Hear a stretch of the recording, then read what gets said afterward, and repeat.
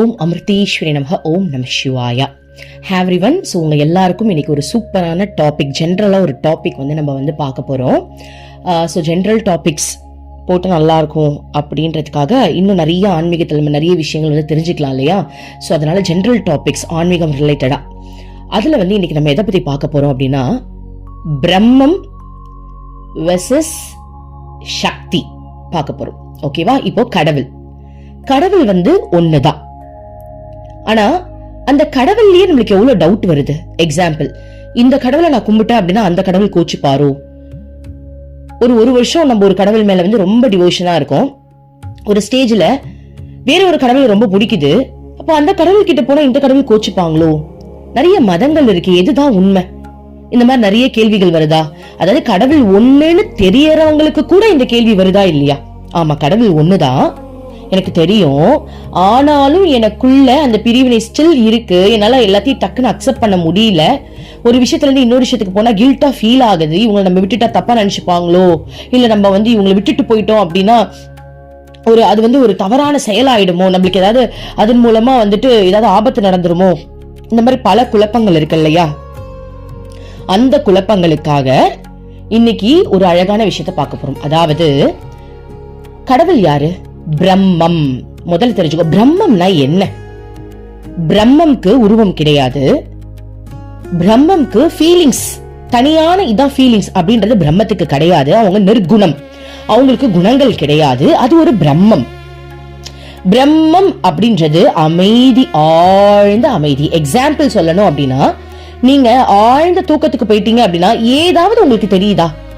ஒண்ணுமே தெரியாது, எதுவுமே தெரியல. நீங்க ஒரு வாழ்க்கையில இருக்கீங்க, கரெக்ட் தானடா? யோசிச்சு பாருங்க. உங்களுக்கு சந்தோஷமான ஒரு விஷயம் நடந்தாலும் சரி, ரொம்ப துக்கமான ஒரு விஷயம் நடந்தாலும் சரி, நீங்க தூங்கிட்டீங்க அப்படின்னா அந்த விஷயம் உங்களுக்கு தெரியுதா? தெரியல தானே? ஒரு மிகப்பெரிய சந்தோஷம் நடந்துருச்சு, நீங்க தூங்குறீங்க, தூங்கி எழுந்ததுக்கு அப்புறம் தான் திரும்பவும் அந்த சந்தோஷத்துக்குள்ள திரும்ப உங்களால முழுக முடியும். இதே மாதிரி ஒரு சோகம் நடந்துருச்சு, நீங்க தூங்கிட்டீங்கன்னா அந்த சோகம் உங்களுக்கு தெரியவே தெரியாது.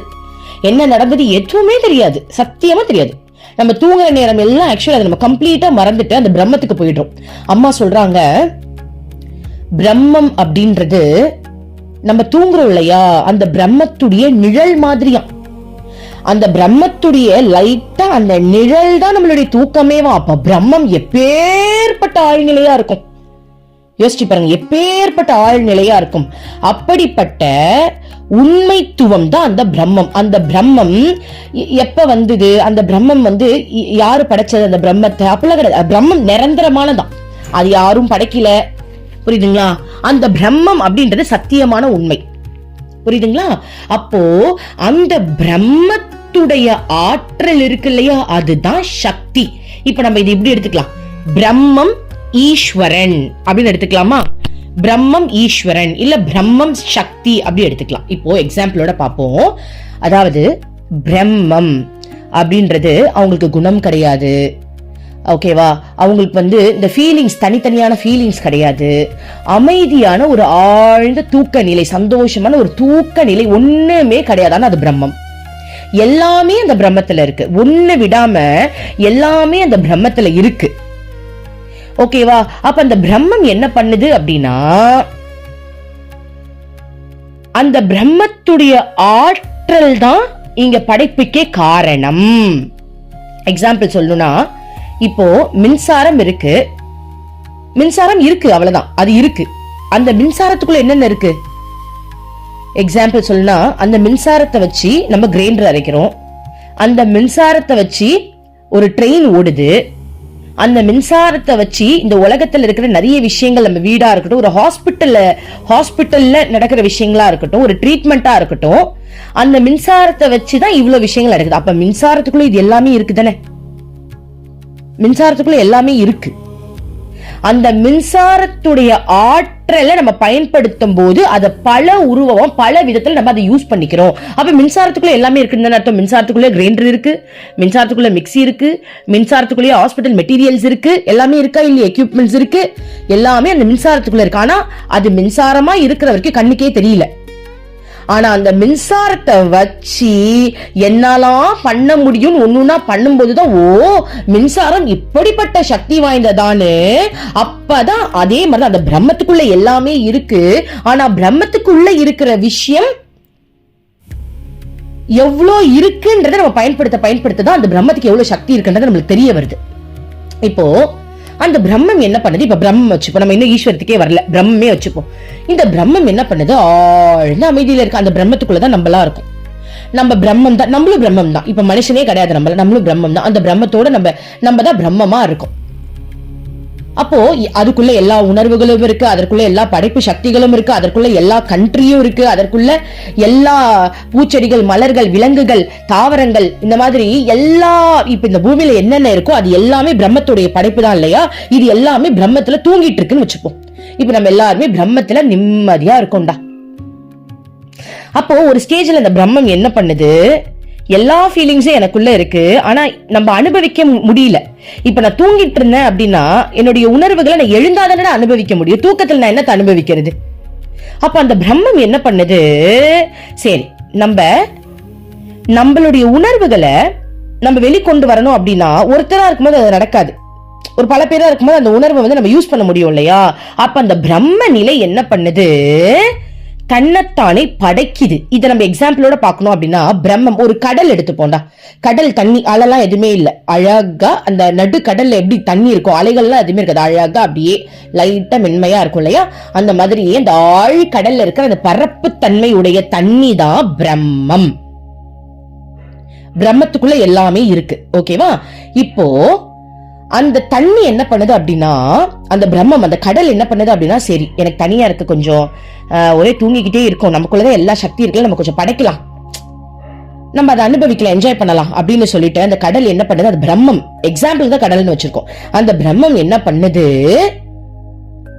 ஒரு பலூன், அதாவது ஒரு தண்ணி அப்படியே எழும்புது, ஒரு சைட்ல ஒரு தண்ணி அப்படியே எழும்புது. எழும்பும் போது நம்ம மனுஷனை வச்சு சொல்லிக்கலாம் இப்போதைக்கு. ஓகே எழும்புது. அப்போ அது ஒரு மனுஷனா?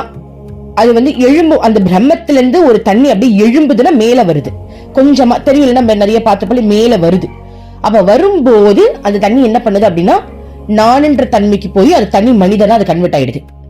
இன்னொரு இடத்துல இருந்து ஒரு பிரம்மம் அப்படியே எழும்புது, அந்த தண்ணி அப்படியே மேல வந்து கொஞ்சம் டிட்டாச்மெண்ட் ஆகி அப்படியே அது ஒரு நான்ற தன்மைக்கு அது ஒரு தனியா மனுஷனா போயிடுது. அப்போ இந்த தனித்தனியா அதாவது இந்த கடலுக்குள்ள இருந்து தண்ணி வந்து திடீர்னு மேல வந்துச்சு, அது வந்து தனியா அதை நினைச்சிச்சு நான் ஒரு மனுஷன். அப்போ இந்த மாதிரி ஒரு 100 பபிள் சேர்ந்துருச்சுன்னு வச்சுப்போம். தண்ணியில இருந்துதான் வந்துச்சு, ஆனா அது எல்லாம் நான் அது நினைச்சுக்கிச்சு. அப்போ அதுங்கெல்லாம் என்ன பண்ணுது? இந்த பிரம்மம் என்ன பண்ணுச்சு அப்படின்னா, நம்மளோட உறவாடுறதுக்காக இந்த நீர்க்குமிழெல்லாம் படைச்சிருக்கு. ஆனா அந்த நீர்க்குமிழ் என்ன நினைச்சுக்கிச்சான், நான் தனி ஆளு அப்படின்னு நினைச்சுக்கிட்டு பிரம்மத்துக்கும் அதுக்கும் சம்பந்தமே இல்லாத மாதிரி செல்ஃபிஷ் ஆயிடுச்சான். அப்ப இந்த பிரம்மம் பார்த்துச்சா, ஐயோ டே, நாளா உங்களுக்கு நம்ம உறவாடலான்னு படைச்சண்டா, நீங்க என்னடா தனித்தனியா நீங்க நினைச்சுக்கிட்டீங்க அப்படின்னு அந்த பிரம்மம் வெயிட் பண்ணுதான். அப்ப என்ன ஆகுது? இந்த நீர்க்குமிழ்கள் எல்லாமே ஒரு ஸ்டேஜ்ல அடிச்சுக்குது. நல்லா ஃப்ரெண்ட்ஸா இருக்கு, அதுக்கப்புறம் கல்யாணம் ஆகுது, சில பேருக்கு நல்லா குழந்தை பெற்றுக்கிறாங்க, அதுக்கப்புறம் போட்டி வருது, பொறாம வருது, அப்படியே வந்து ஒரு குடும்பமா மாறுது, அப்புறம் ஒரு ஊரா மாறுது, அப்படியே வந்து ஒரு நாடா மாறுது, அப்படி இப்படின்னு எல்லாம் பிரிஞ்சு சுயலமே உருவெடுத்து எல்லாம் மாறிடுச்சு வேற லெவல்ல. இப்ப அந்த பிரம்மம் அமைதியிலே இருக்கு இல்லையா, அது பாதி வந்து வெளில வந்துருச்சு. அப்ப மீறி அந்த பிரம்மம் என்ன பண்ணுது அப்படின்னா, சரி இது விட்டா சரியாவாது, நம்மளுடைய தெய்வீக சக்திகளை கொண்டு நம்ம ஒரு கடவுளா ரூபம் எடுப்போம்னு சொல்லிட்டு அந்த பிரம்மத்துடைய தண்ணி இன்னும் கொஞ்சம் மேல எழும்பி என்னவா வருது? நான் தான் சிவன் அப்படின்னு ஒண்ணு உருவெடுக்குது. இன்னொன்னு நான் தான் கிருஷ்ணன் ஒண்ணு உருவெடுக்குது. ஓகேவா? இன்னொன்னு நான் தான் ஜீசஸ்னு ஒரு உருவெடுக்குது. இன்னொன்னு நான் தான் வந்துட்டு காளின்னு ஒண்ணு உருவெடுக்குது. எல்லாரும் ஒரே டைம்ல எடுக்கல, தனித்தனி டைம்ல எடுக்கிறாங்க. ஓகேவா? அப்போ நம்ம எல்லாருமே பிரம்மம் தான், ஆனா சுயநலம் அதிகமா இருந்த காரணத்தினால நம்ம தனிச்சுக்கிட்டோம். ஆனா அந்த பிரம்மம் என்ன பண்ணுதுன்னா, தன்னுடைய தெய்வீகமான புனிதமான சக்திகளை கொண்டு தன்னைத்தானே வெளியே வந்து ஒரு உருவமா படைச்சுக்கிட்டு அவங்க வந்து இந்த உலகத்துல மனிதர்கள் மாதிரியே வந்து முக்கியமான செயல்களை செஞ்சு எல்லா குழந்தைங்களையும் நம்ம எல்லாம் வந்து பிரம்மத்துல இருந்து வந்தவங்க தான், நீனும் பிரம்மம் தான், நானும் அந்த பிரம்மன் தான், ஆனா நீ வந்து தனியா உன்னை தனி நீர் நீ நினைச்சுக்கிட்டு இருக்க, வாங்க வீட்டுக்கு போலான்னு கூப்பிட்டுட்டு வருது. அப்போ அத அவங்க சொல்றத கேட்டு யாரெல்லாம் அவங்கள பின் தொடர்றோமோ நம்ம எல்லாரும் பிரம்மத்தோடைய ஐக்கியமாயிடுறோம். பின் தொடராதவங்களை அப்படியே இருப்பாங்க, லூப்ல மாட்டிப்பாங்க, திரும்ப திரும்ப பிறவி எடுத்துக்கிட்டே இருப்பாங்க. அப்ப அடுத்த பிறவில அடுத்த ஒரு அவதாரமா இறைவன் வந்து மீதி இருக்கிறவங்க எல்லாம் காப்பாத்துவாங்க. ஓகேவா? அப்போ பிரம்மம் என்பது ஒரு நிரந்தரமான அமைதி. அந்த அமைதியின் மூலமா அந்த சக்திகள் வெளிப்படுது இல்லையா, அந்த வெளிவர சக்திகள் தான் ஈஸ்வரன். அந்த ஈஸ்வரன் சொல்லலாம், சக்தின்னு சொல்லலாம். அதுதான் கடவுளுடைய ரூபம். கடவுளுடைய ரூபம் பிரம்மமா இருக்கக்கூடிய, அமைதியா இருக்கக்கூடிய கடவுள் ரூபமா வந்து ஆல்ரெடி ரூபமா படைச்சு சுயநலமா வாழ்ந்துட்டு இருக்க மனுஷங்களை திரும்ப அவங்க கிட்ட கொண்டு வரதுக்காக உருவமா வெளில வராரு. அப்ப பிரம்மம்னா என்ன, பிரம்மத்துடைய சக்தினா என்ன புரியுதா உங்களுக்கு? மின்சாரம்ன்றது பிரம்மம். அந்த மின்சாரத்தை பயன்படுத்தி நம்ம வந்து ஃபேன் போறதா இருக்கட்டும், லைட் எரியதா இருக்கட்டும், இதெல்லாம் அதோடைய சக்தி. இப்ப சூரியன் இருக்கு, சூரியன்றது பிரம்மம். அந்த சூரிய வெளிச்சம் இருக்கு இல்லையா, அந்த சூரியன் மூலமா என்னென்ன செயல் நடக்குது யோசிச்சு பாருங்க. அந்த சூரியன் மூலமா நமக்கு வெளிச்சம் கிடைக்குது, சூரியன் மூலமா துணி எல்லாம் காயுது, சூரியன் மூலமா நம்ம கழிவுகள் எல்லாமே ஒரு தூய்மைக்கு வருதா இல்லையா? சூரியன் இல்லைன்னா எல்லாமே நாசமா போயிடும். கரெக்டா? ஒரு கழிவு இருந்தா கூட அந்த சூரியன் மூலமா அது வந்து அந்த பாக்டீரியாவை அழிச்சு அதை அப்படியே மக்கி போற அளவுக்கு சூரிய வெளிச்சம் நமக்கு உதவி செய்யுது. அப்போ சூரியன் இருக்கு. அந்த சூரியன்றது உண்மையான பிரம்ம நிலை. அந்த சூரியத்தின் மூலமா வரக்கூடிய அந்த சக்தி, அந்த ஆற்றல் இருக்கு இல்லையா, அதுதான் இறைவனுடைய வெளிப்பாடு.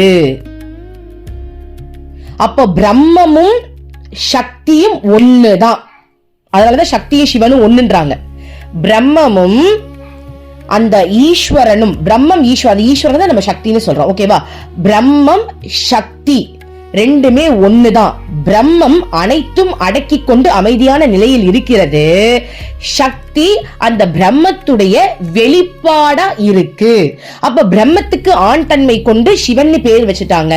அந்த பிரம்மத்துடைய சக்தி கதிர்வீச்சு வெளியாகுது இல்லையா, அந்த கதிர்வீச்சுக்கு சக்தி பார்வதின்னு பேர் வச்சிருக்காங்க.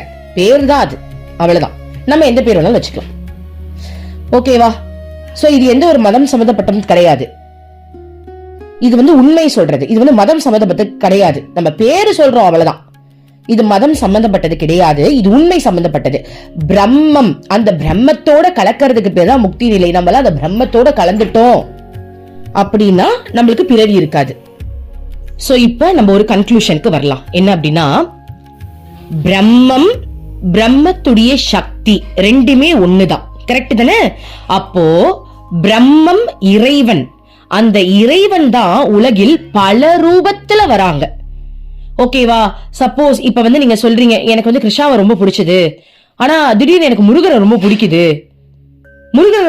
திடீர்னு ஜீசஸ் மேல எனக்கு ஒரு ஈர்ப்பு வருது அப்படி சொல்றீங்க இல்லையா? இது அனைத்தும் பிரம்மத்திற்கே போய் சேரும்.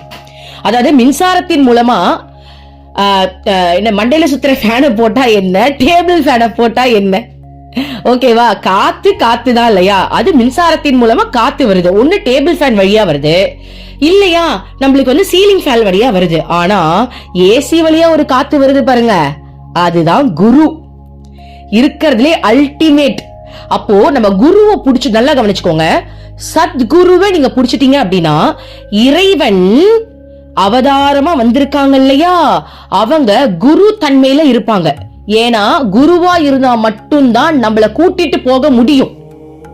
அப்ப அப்படிப்பட்ட சத்குருவை நீங்க உங்க வாழ்க்கையில பாத்துட்டீங்க, அவங்க கிட்ட நீங்க தீட்சை வாங்கிட்டீங்க, அவங்கதான் உங்க வாழ்க்கை, நீங்க ஆயிட்டீங்க, சரணாகதி அடைஞ்சிட்டீங்க அப்படின்னா இந்த வாழ்க்கையில் நீங்க ஜெயிச்சிட்டீங்கன்னு அர்த்தம். சரணாகதி அடையணும்.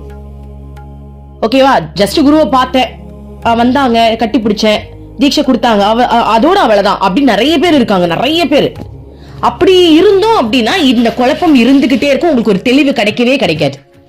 சோ குரு வந்துட்டாங்க அப்படின்னா நீங்க குரு சொல்றதை அப்படியே ஃபாலோ பண்ணிடணும். குருவோட உபதேசங்கள், குருவோடைய அருள்மொழிகள்லாம் நீங்க ஃபாலோ பண்ணிட்டீங்க அப்படின்னா வேற எதுவுமே பண்ணணும்னு அவசியமே கிடையாது. மத்த எல்லாமே உங்களுக்கு சேர வேண்டியது எல்லாம் அவங்க வந்து உங்களை டேக் கேர் பண்ணிப்பாங்க. உங்களுடைய ஆத்மாவை அவங்க டேக் கேர் பண்ணிக்கிட்டாங்கன்னு அர்த்தம். உங்களுக்கு என்ன வேணும், என்ன தரக்கூடாது, என்ன தரணும், கர்மா எங்க இருக்கு, எப்படி கர்மாவை கடிக்கிறது, போன ஜென்மத்துல என்ன பண்ணோம், இதுக்கப்புறம் பிறவி இருக்கா இல்லையா, இது அங்க விடலாமா விட வேணாமா, எல்லாமே அவங்க பார்த்து அனலைஸ் பண்ணி, உனக்கு ஜாதகம் பலிக்காது, ஜோசியம் பலிக்காது, அப்படி ஜாதகத்துல பிரச்சனைன்னு ஒரு விஷயம் இருந்தா கூட உங்களுடைய குரு அதை ரெக்டிஃபை பண்ணி அதை என்ன பண்ணணுமோ உங்களை செட்டில் பண்ணிடுவாங்க. சோ குரு இருக்க பயம் ஏன்? ஓகே, சோ பிரம்மம் தான் சக்தியா இந்த பூமியில குரு வடிவில வராங்க. குருவை பிடிச்சவங்க வாழ்க்கையில வெற்றி. குரு இல்லாம இப்ப நிறைய பேர் சொல்றாங்க, ஏன் குரு வேணும், அவங்களும் ஒரு மனுஷன் தானே, நான் பிரம்மத்தை தனியா அடைய முடியாதா? அடைய முடியாது, சத்தியமா அடைய முடியாது. ஏன்னா நமக்குள்ள அவ்வளோ அகங்காரம் இருக்கு, அவ்வளோ ஆணவம் இருக்கு, அவ்வளோ சுயநலம் இருக்கு. ஆக்சுவலா அது இருக்கு, நம்ம தெரியாமே வாழ்ந்துட்டு இருக்கவே. முதல்ல என்ன உள்ள இருக்குன்றத கண்டுபிடிச்சு காட்டுறதே குருவா தான் இருக்கும். இந்த டைம்ல நீ இதை பேசியிருக்க, உனக்குள்ள ஆணவம் இருக்கு, நீ உன்னை கெத்தா நினைச்சிட்ட, இறைவன் நீ இறைவன் மேல உனக்கு அந்த கெத்து ஃபீல் வரல, உனக்கு ஓ மேல கெத்து ஃபீல் வருது, நீ ஸ்டில் தனிமையா நீ நினைச்சுக்கிட்டு இருக்க, தன்னந்தனி ஆள்னு நீ நினைச்சுக்கிட்டு இருக்க, இறைவனோட நீ இன்னும் மெர்ஜாவல, உனக்கு சுயநலம் மூடுருவி இருக்குன்ற மிஸ்டேக்ஸ் எல்லாம் எடுத்து நமக்குள்ள எவ்வளவு கழிவு இருக்குன்னு முதல்ல அதை ஸ்கேன் பண்ணி காட்டுவாங்க. குருவால மட்டும்தான் ஸ்கேன் பண்ண முடியும். உன்னாலே எப்படி உன்னை ஸ்கேன் பண்ண முடியும்? இப்போ உனக்கு கண்ணு இருக்கு, உன் கண்ணு தான் உனக்கு இருக்கு, உன் கண்ணை வச்சு உடம்புக்குள்ள என்னென்ன வியாதி இருக்குன்னு கண்டுபிடிக்க முடியுமா? அதுக்கு ஹாஸ்பிட்டல்ல போய் ஸ்கேன் ஒன்னு எடுக்கணுமா இல்லையா? எம்ஆர்ஐ ஸ்கேன், எத்தனை சிடி ஸ்கேன், எத்தனை ஸ்கேன் வந்திருக்கு. அப்போ அந்த மாதிரி குரு தான் அந்த ஸ்கேன். உனக்குள்ள இருக்கிறது, உனக்கும் கண்ணு இருக்கு, ஆனா உன்னால பார்க்க முடியாது, ஆனா அந்த குருவால பார்க்க முடியும். அந்த குருவால உனக்குள்ள இருக்கிற தப்ப ஆராய்ச்சி அப்படியே வெளிப்படையா வெட்ட வெளிச்சமா இதுதான் நீ பண்ற மிஸ்டேக்ஸ் காட்ட முடியும். மிஸ்டேக்ஸ் தெரிஞ்சா மட்டும்தான் அதை நம்மளால மாத்த முடியும். தெரியவே இல்லைன்னா சத்தியமா மாத்த முடியாது. நம்மளுடைய மனசுல நம்ம நல்லவங்க நினைச்சுக்கிட்டே இருப்போம். அப்ப பிரம்மத்தை தனியா தேடுறவங்க தான் வேற லெவல்ன்ற அந்த ஃபீல் இருந்துகிட்டே இருக்கும். நானுன்ற தன்மை அழியவே அழியாது. குரு இருந்தா மட்டும்தான் நானுன்ற தன்மையை அழிக்கவே முடியும். ஓகேவா? ஓம் அமிர்தேஸ்வர நமः. ஓம் நம சிவாய.